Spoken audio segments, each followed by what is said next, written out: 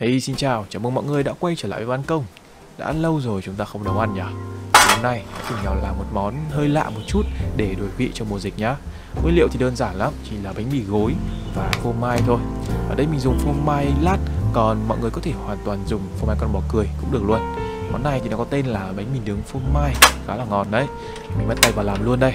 Mọi người hãy chịu khó đọc phụ đề để nghe mình trò chuyện tiếp nhá.